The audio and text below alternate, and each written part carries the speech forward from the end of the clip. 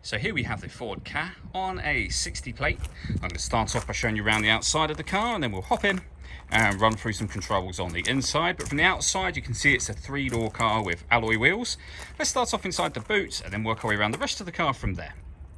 As we approach the back of the car, you'll see that given the size of the vehicle, we have plenty of boot space, along with that 50-50 split folding rear seat, so that you can increase this space even further should you wish to do that. Okay, so we're just going to work our way back round to the front of the car, and then we'll hop in and run through some controls on the inside. But now that we've done a full circle of it, you can see it's in lovely condition the whole way round. Just briefly before climbing in, I think it's while we're seeing the interior from this exterior point of view, there's plenty to run through on the dashboard, so let's hop in and we'll do that right now.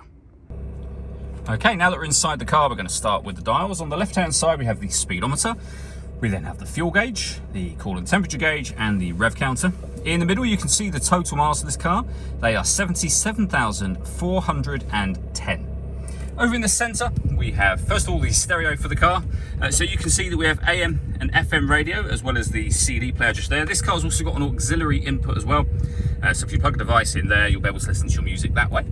Working our way down, we then have the heated front screen, heated rear screen, front and rear fog lights, as well as your hazard warning lights, and then the air conditioning. So you can determine the temperature, the fan speed, whether or not you're bringing in fresh air from outside the car or recirculating the air that's in it, and the direction the air is being distributed in once it enters the car. When you're happy with those settings, as your air conditioning off or turned back on again, we have driver and passenger electric windows. We then have the 5-speed manual gearbox, and further down, a 12-volt charging socket and auxiliary input.